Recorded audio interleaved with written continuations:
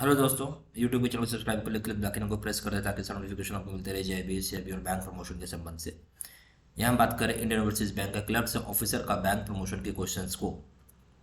तो अगर आप इंडियन ओवरसीज बैंक का तैयारी करना चाहते हैं, ठीक है, क्लर्क से ऑफिसर का, ठीक है, तो हमारा जो भी सिलेबस होता है, हमारा जो भी कोर्स कंटेंट होता है purely for Indian Overseas Bank होता है। यानी आपको इसमें क्या क्या मिल जाएंगे, वीडियो लेक्चर कोर्सेज होंगी as per syllabus of Indian Overseas Bank के हिसाब से। बैंक के सर्कुलर की वीडियोस होंगी, क्वेश्चन आंसर डिस्कशन के वीडियोस होंगे, नोट्स हो जाएंगे पीडीएफ में, 3,000 क्वेश्चन बैंक होंगे, 10 मॉक टेस्ट होंगे। प्राइस रखा गया है 2,000 रुपये 6 महीने की वैलिडिटी के लिए और 3,000 रुपये रखा गया लाइफ लॉन्ग वैलिडिटी के लिए। जो भी इच्छा हो वो कोर्स कर सकते हैं। चलिए स्टार्ट करते हैं। तो सबसे पहला सवाल है, karta of an H U F is settled abroad, choose the correct option. जो करता है एच यू एफ का, वो एब्रॉड में सेटल हो गया, यानी विदेश में सेटल हो गया है। समझ रहे बात? तो बेसिकली सवाल यहाँ भी ये बोल रहा है कि कर्ता जो है एच यू एफ का कर्ता होता है, वो सेटल हो गया अब्रॉड में। अब इसमें से बोल रहा है कोई करेक्ट ऑप्शन आपको चूज करना होगा। क्या करना होगा? कोई करेक्ट ऑप्शन आप चूज करिए। ए ऑप्शन है, karta alone can continue to operate account. Karta अकेले कंटिन्यू कर सकता है। देखिए शब्द को बहुत ध्यान से सुनिएगा, क्या है? एलोन।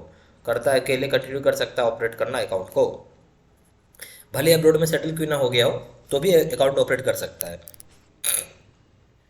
बी ऑप्शन है, next senior most coparcener can become Karta if all others agree. बोलता है ज़्यादातर कोऑपरेंसर केस में जो सबसे सीनियर मेंबर होते हैं कोऑपरेंसर के, वही कर्ता बन जाते हैं अगर सारे लोग एग्री करें। ठीक है, तो बेसिकली नेक्स्ट सीनियर जो कोऑपरेंसर होगा वो क्या हो रहा है? कर्ता बन रहा है यहाँ पे। ठीक है, सी ऑप्शन है, the oldest son of the कर्ता विल बिकम कर्ता नाउ। बोलता है जो कर्ता का जो सबसे यंगेस्ट इल्डेस्ट यानी सबसे बड़ा बेटा जो है, कर्ता का सबसे बड़ा बेटा, वो अब कर्ता बन जाएगा। ठीक है, तो यानी इल्डेस्ट सन जो होता है कर्ता का, वो अब कर्ता बन जाएगा। इसमें से पूछ क्या रहा है? करेक्ट ऑप्शन कौन सा वो बताना है। D option, karta can appoint the next senior most person is karta. Karta चाहे तो अपॉइंट कर सकता है। यहाँ पे क्या अपॉइंट कर रहा है? The next senior most person is कर्ता। करता ही अपॉइंट करेगा। यहाँ कौन अपॉइंट करेगा? करता ही अपॉइंट करेगा जो सबसे सीनियर मोस्ट पर्सन होगा। ठीक है, यानी वैसे करता अपॉइंट कर रहा है नेक्स्ट सीनियर मोस्ट का, यानी सबसे ज़्यादा सीनियर नहीं, सबसे सीनियर कोई और है, उसके बाद नंबर टू सीनियर मेंबर का अपॉइंट कर रहा है। शब्द को बहुत ध्यान से सुनिएगा। नेक्स्ट सीनियर है, नेक्स्ट सीनियर का मतलब होता है नेक्स्ट सीनियर मोस्ट, यानी सेकेंड सीनियर की बात कर रहा है ये, उसको अपॉइंट कर रहा है करता। तब इसमें क्या होगा? सही ऑप्शन आपसे ये पूछा जा रहा है। सही ऑप्शन हो जाएगा ए, यानी कर्ता भले फॉरेन में क्यों ना हो तो भी अकाउंट को ऑपरेट वो कर सकता है। ठीक है, ए ऑप्शन इस केस में सबसे परफेक्ट आंसर है।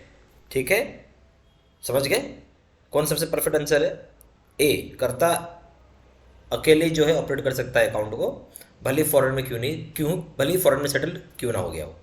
Question number 2, which which is correct in case of illiterate account holder. बहुत प्यारा सवाल है। करेक्ट, कौन सा बात सही है? इसमें से कौन सा बात सही है अगर ये इलिटरेट अकाउंट होल्डर की बात हो रही है? इसमें से कौन सी बात सही होगी अगर हम बात कर रहे हैं इलिटरेट अकाउंट होल्डर की? तो ए ऑप्शन हो जाएगा इस केस में, left hand thumb impression, LHTI। देखिए लेफ्ट हैंड थंब इम्प्रेशन को हम लोग क्या बोलते हैं? LHTI, शॉर्ट फॉर्म लिखा रहता है आजकल। LHTI, left hand thumb impression for male and right hand thumb impression for female used in place of signature. तो पहला बात है कि एक बात आप किसके ऊपर कर रहे हो? इलिटरेट अकाउंट होल्डर्स के ऊपर बात कर रहे हो, जो अनपढ़ लोग होते हैं। तो लेफ्ट हैंड थंब किसका यूज़ कर रहे हो? मेल का। राइट हैंड थंब किसका यूज़ कर रहे हो? किसका यूज़ कर रहे हो? Right hand thumb impression use कर रहे हो फीमेल के केस में। ठीक है, किसकी जगह यूज़ कर रहे हो? सिग्नेचर की जगह आप यूज़ कर रहे हैं। क्या ये बात सही है? नहीं, ये आपको बताना है। B option, jointly operated account of 2 illiterates is allowed. अब बोलता है क्या? ज्वाइंटली अलाउ किया गया है 2 अनपढ़ लोगों को, यानी 2 इलिटरेट लोगों को जो पढ़े लिखे नहीं है, वो ऑपरेट कर सकते हैं अकाउंट को। सी ऑप्शन है, can not open current account. Current account open नहीं कर सकते हैं, ये शब्द को ध्यान दीजिए। डी ऑप्शन है, ऑल आर करेक्ट। अब क्या होगा वो आपको बताना है। ठीक है, सवाल को समझ लिया आपने? तो पूछ रहा है क्या, फिर से सुन लेते हैं। Which is correct in case of illiterate account holder? A option है, left hand thumb impression for male and right hand thumb impression for female should be use in place of signature, बोलता है signature के जगह पे mail के case में left hand thumb impression use कर लेंगे, फीमेल के केस में right hand thumb impression use कर सकते हैं। बी ऑप्शन बोलता है jointly operated account of two illiterates is allowed, तो बोलता है कि दो अनपढ़ लोगों का ज्वाइंटली अकाउंट में ऑपरेट करवा सकते हैं। सी ऑप्शन है cannot open current account, current account open नहीं कर सकता है। D option all are correct, सही भी बातें सही हैं। क्या हो जाएगा सही आंसर? डी हो जाएगा, यानी सभी बातें सही हैं। यानी सही बातें सही क्या हो गया इसमें? सिग्नेचर के केस में मेल का left hand thumb impression use करेंगे और फीमेल का right hand thumb impression use करेंगे।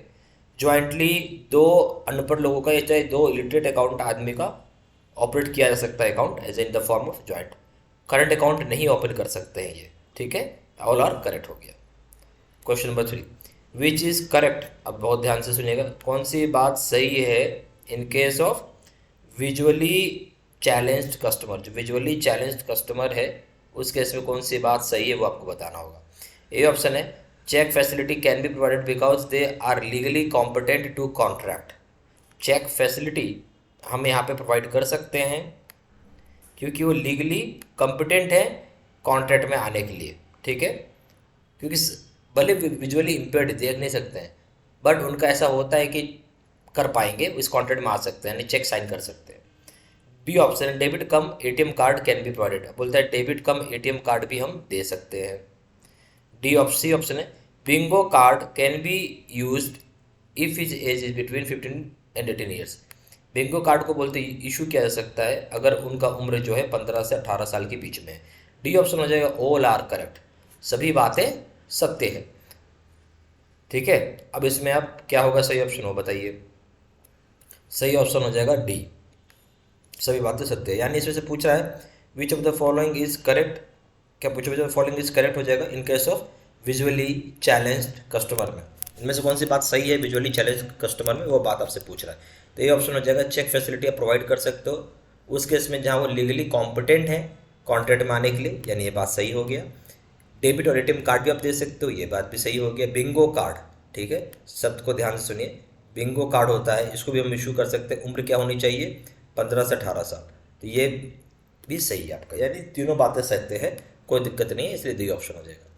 क्वेश्चन नंबर 4 है इन वाट सर्कमस्टांसेस, ठीक है, in what circumstances partnership firm should be compulsorily, शब्द को ध्यान से सुनिएगा, कंपल्सरी मतलब एकदम मैंडेटरी हो गया। डिजॉल्व, डिजॉल्व का मतलब खत्म करना होगा आपको। बोलते किन सर्कमस्टांसेस में पार्टनरशिप फर्म को डिजॉल्व करना पड़ेगा? ये ऑप्शन है competent court has issued order for dissolution, बोलता है अगर कोर्ट ने इशू कर दिया है डिसोल्यूशन का ऑर्डर तो, ठीक है। बी ऑप्शन है एनी वन और ऑल पार्टनर्स बिकम इंसॉल्वेंट, ठीक है। अब क्या बोल रहा है? इंसॉल्वेंट का मतलब हो गया जहाँ पैसा नहीं होता है, यानी पैसा नहीं है अकाउंट में, हम उसको इंसॉल्वेंट बोलते हैं। चाहे कोई एक ही हो, चाहे सारे के सारे ही पार्टनर्स इंसॉल्वेंट क्यों ना बन गए हों, तो उस केस में डिसॉल्व करने का अधिकार होता है। सी ऑप्शन है upon death of any partner, किसी की मृत्यु हो जाए, किसी पार्टनर की अगर मृत्यु हो जाती है तो। डी ऑप्शन हो जाएगा ऑल ऑफ द अबव, ठीक है। तो सही ऑप्शन क्या हो जाएगा? D, all of the above. अब ये क्या है फिर से सुनते हैं। बोलता है we need in what circumstances partnership firm can be compulsorily dissolve, किन सर्कमस्टांसेस पार्टनरशिप फर्म डिसॉल्व किया जा सकता है? ए ऑप्शन है a competent court has issued order for dissolution, यानी ऑर्डर ऑफ डिसोल्यूशन अगर कॉम्पिटेंट कोर्ट ला के दे देगा, कॉम्पिटेंट कोर्ट कोई भी कोर्ट हो ऑर्डर इशू कर देता है डिसोल्यूशन का, तो आपको डिसॉल्व करना ही पड़ेगा। बी ऑप्शन है एनी वन और ऑल पार्टनर्स बिकम इंसॉल्वेंट, बोलता है इंसॉल्वेंट का मतलब होता है कि नो मनी, सीधा सा आप याद रखिए, इंसॉल्वेंट का मतलब हो गया नो मनी, यानी आपके अकाउंट में पैसा ही नहीं है, ठीक है, आप बैंकरप्ट हो गए हो। नो मनी का मतलब क्या? बैंकरप्ट, ठीक है, आपके हाथ पैसा नहीं है, चाहे एक मेंबर को, चाहे एक पार्टनर को, चाहे सारे पार्टनर को, उस केस में भी ये बात लागू है। Upon death of any partner, कोई पार्टनर की मृत्यु हो जाती है तो ये भी बात लागू होगी। तो सभी ऑप्शन सही हैं, इसलिए ऑल ऑफ द अबव हो गया। क्वेश्चन नंबर 5 हो गया which one is correct in case of limited liability partnership, पूछ रहा है क्या लिमिटेड लायबिलिटी पार्टनरशिप में कौन सी बात सही होगी, ये आपसे पूछा जा रहा है। ए ऑप्शन है registration of firm is not mandatory to get legal action in case of any dispute और क्लेम, बोलता है जो रजिस्ट्रेशन ऑफ फर्म होता है, जो फर्म के हम रजिस्ट्रेशन करते हैं, वो बोलता है मैंडेटरी नहीं है, नॉट मैंडेटरी है, मैंडेटरी नहीं है, कि आप यहाँ पे एक तरीके का लीगल एक्शन लें उस केस में जहाँ केस ऑफ एनी डिस्प्यूट हो या क्लेम हो। क्या केस ऑफ एनी डिस्प्यूट या फिर क्लेम हो, ठीक है। यानी सीधी सी बात समझते हैं, रजिस्ट्रेशन जो होता है फर्म का वो मैंडेटरी नहीं है। क्या रजिस्ट्रेशन जो होता है फर्म का मैंडेटरी नहीं है जहाँ आपको लीगल एक्शन लेना हो, जहाँ किसी भी तरह को डिस्प्यूट हो या फिर क्लेम हो। बी ऑप्शन हो जाएगा, a partner is not liable for others. बोलता है पार्टनर जो है लाइबल नहीं होते किसी दूसरे पार्टनर के लिए, यानी पार्टनर जो लाइबल नहीं होंगे किसी दूसरे पार्टनर के लिए जहाँ बात हो रही होगी मिसकंडक्ट या नेग्लिजेंस की, ठीक है, more than 5, if they are more than 5, अगर मैंने 5 से ज़्यादा संख्या है तो बोलते partner is not liable for others misconduct negligence if they are 5 more than 5। और 5 मेंबर ज़्यादा हैं तो बोलो पार्टनर या लाइबल नहीं होगा किसी भी तरह का मिसकंडक्ट नेग्लिजेंस के लिए। सी ऑप्शन हो जाएगा। नो अनलिमिटेड लाइबिलिटी, किसी तरह का अनलिमिटेड लाइबिलिटी नहीं होगा पार्टनर का एक्सेप्ट, मतलब no unlimited liability of partner except in case of fraud, ठीक है। His liability is limited up to his contribution LLP. तो बोलता है कि यहाँ पे पार्टनर जो होते हैं उनके पास अनलिमिटेड लाइबिलिटी नहीं होता है, सिर्फ लाइबिलिटी होगा उस केस में जहाँ फ्रॉड कर देगा, तो इस तरह से इनकी लाइबिलिटी लिमिटेड होती है एलएलपी में। डी ऑप्शन है, सारी बात सही है। अब आपको इनमें से चूज करना था कौन सी बात सत्य है कौन सी बात सत्य नहीं है। तो सही ऑप्शन हो जाएगा सी। सी क्यों सही हो जाएगा? इसलिए हो जाएगा किसी भी तरह का कोई लिमिटेड यानी अनलिमिटेड, बोलते हैं ना कि अनलिमिटेड लाइबिलिटी नहीं होती पार्टनर का। क्या होता है? अनलिमिटेड लाइबिलिटी नहीं होता है पार्टनर का एक्सेप्ट उस केस में जहाँ फ्रॉड कर देते हो, ठीक है। लिमिटेड लाइबिलिटी सिर्फ और सिर्फ जो उसका कंट्रीब्यूशन है एलएलपी में, इससे सारी बातें सत्य हैं। सी ऑप्शन हो जाएगा। क्वेश्चन नंबर 6 बोलता है एलएलपी एक्ट 2008, एलएलपी एक्ट जो है 2008 का, वो कब फोर्स में आया, come into force from. LLP act 2008 का जो कानून है कब कानून बना या कब कानून कब लागू हुआ। कानून तो बन गया 2008 में ही। देखिए कानून बनना अलग चीज़ होता है, लागू करना अलग चीज़ होता है। फोर्स का मतलब होता है लागू करना, यानी हम बोल सकते हैं इम्प्लीमेंट करना,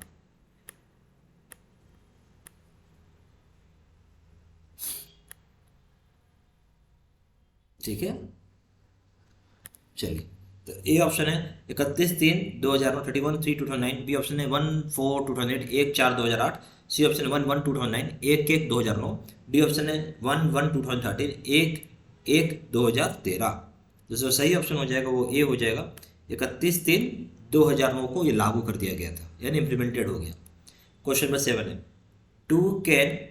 can two partnership firms make a new partnership firm through an agreement between them. बोलता है क्या दो पार्टनरशिप फर्म जो हैं, क्या दो पार्टनरशिप फर्म जो हैं वो एक नया पार्टनरशिप फर्म, ठीक है, क्या दो पार्टनरशिप फर्म जो है वो क्या एक नया पार्टनरशिप फर्म बना सकते हैं एग्रीमेंट के द्वारा। ए ऑप्शन है yes but number of individual partner should not exceed the prescribed number. बोलता है बिल्कुल बना सकते हैं बट जो नंबर ऑफ इंडिविजुअल पार्टनर्स हैं, हाँ, वो क्या है एक्सीड नहीं करना चाहिए, नॉट एक्सीड, एक्सीड नहीं करेगा प्रेस्क्राइब्ड नंबर से। B option yes but there should be sleeping a non active member. आप बिल्कुल बना सकते हो बट यहाँ पे कंडीशन लगाए थे, शुड बी क्या होना चाहिए, स्लीपिंग मेंबर या फिर नॉन एक्टिव मेंबर होना चाहिए। सी ऑप्शन है no such forms can not be form, can not be form, आप इस तरह का फॉर्म नहीं बना सकते। डी ऑप्शन हो जाएगा नॉन ऑफ द अबव। अब आपको बताना ये है कि क्या हकीकत में या रियलिटी में दो पार्टनरशिप फर्म एक नया पार्टनरशिप फर्म बना सकते हैं एक एग्रीमेंट करके। जवाब होगा हाँ, यस ए, बिल्कुल बना सकते हैं। दो पार्टनरशिप फर्म मिलकर एक नया पार्टनरशिप फर्म बना सकते हैं, बट इसमें कंडीशन ये होता है कि जो नंबर ऑफ इंडिविजुअल मेंबर्स होंगे वो एक्सीड नहीं करेगा जो प्रेस्क्राइब्ड नंबर होगा। Question number 8 minimum number of directors, सबको बहुत ध्यान से सुनिएगा। मिनिमम बोलता है, मिनिमम क्या बोल रहा है, नंबर ऑफ डायरेक्टर्स किस चीज़ में, इन ए पब्लिक लिमिटेड कंपनी। तो minimum number of directors in a public limited company, तो मिनिमम ऑफ डायरेक्टर्स क्या होंगे पब्लिक लिमिटेड कंपनी में, सवाल ये था। 2, ए ऑप्शन है 2 यानी 2, बी ऑप्शन है 3 यानी 3, सी ऑप्शन है 4 यानी 4, डी ऑप्शन है 7 यानी 7। सही ऑप्शन हो जाएगा आपका बी। देखिए शब्द का ध्यान से सुनिए, डायरेक्टर बोल रहे हैं इसलिए यहाँ पे 3 होगा, ठीक है। अगर यहाँ पे मैं मेंबर बोल देता, ठीक है, मेंबर अलग चीज़ होता, डायरेक्टर नहीं होता मेंबर। तो अगर मैं पूछता कितने मेंबर होंगे तो कम से कम आपको यहाँ पे 7 मेंबर बनाना होता है, ये ध्यान रखिए। मेंबर के केस में 7, नंबर डायरेक्टर के केस में 3।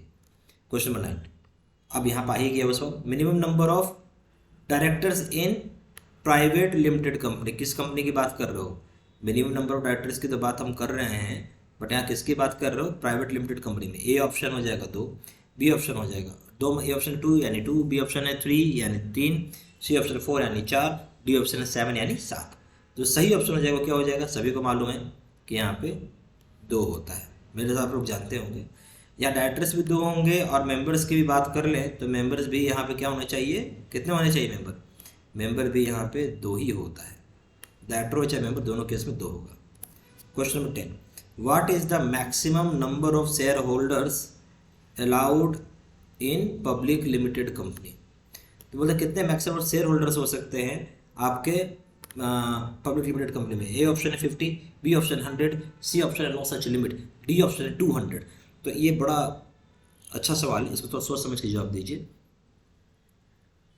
तो ए ऑप्शन है 50 यानी 50, बी ऑप्शन 100 यानी 100, बी ऑप्शन 100 यानी 100, C option no such limit, इसका कोई लिमिट नहीं, और डी ऑप्शन 200, डी ऑप्शन 200 यानी 200। तो बताइए, basically maximum share holders public limited company, शब्द का बहुत बढ़िया से ध्यान से सुनिएगा, पब्लिक लिमिटेड कंपनी है तो इसलिए यहाँ पे नो सच लिमिट आ जाएगा। ठीक है, सी ऑप्शन। अगर मैं इसी चीज़ को प्राइवेट कर देता तो क्या हो जाता? मान लीजिए मैं प्राइवेट बोल देता, बताइए भाई प्राइवेट के केस में क्या होगा? अगर आप जैसे ही प्राइवेट करिएगा तो मैक्सिमम नंबर हो जाएंगे आपके यहाँ पे 200, ये याद जरूर रखिएगा। ठीक है, सॉरी, तो ये हो गया आपका सी। चलिए, अब जो लोग इंडियन ओवरसीज बैंक का प्रमोशन का कोर्स करना चाहते हैं, तो हमारा जो वीडियो कोर्सेज होगा, चाहे जो भी कोर्स कंटेंट हम आपको देंगे, purely for Indian Overseas bank का ही रहेगा ये हमारे पास। ठीक है, जो क्लर्क्स ऑफिसर की तैयारी कर रहे हैं, तो वैसे वीडियो लेक्चर कोर्सेज होगा, बैंक की सर्कुलर की वीडियोज हो जाएंगे, क्वेश्चन से डिस्कशन वीडियोज हो जाएगा, नोट्स हो जाएंगे पीडीएफ में, 5000 सेट ऑफ क्वेश्चन बैंक होगा, 10 मॉक टेस्ट होंगे, प्राइस रखा गया 2000 रुपये, जिसमें 6 महीने का वैलिडिटी रहेगा, और 13,000 रुपये रखा गया लाइफ लॉन्ग वैलिडिटी के लिए। ज़्यादा जानकारी के लिए फ़ोन कर सकते हैं, फ़ोन नंबर हो जाएगा 4 टाइम्स 9685127, दूसरा नंबर हो जाएगा 7 उसका सिंपली वेबसाइट में जाके आप डायरेक्टली ऑल ऑर्डर भी प्लेस कर सकते हैं। वेबसाइट हो जाएगा www.jbcmstudymetal.com। ईमेल आईडी पे आपको कुछ इंक्वायरी करना हो तो ईमेल आईडी भी दे रखा है, seatsena123@gmail.com। ये सारी इन्फॉर्मेशन हमने आपको इसी वीडियो के डिस्क्रिप्शन बॉक्स में भी डाल दी है। ठीक है, थैंक यू वेरी मच।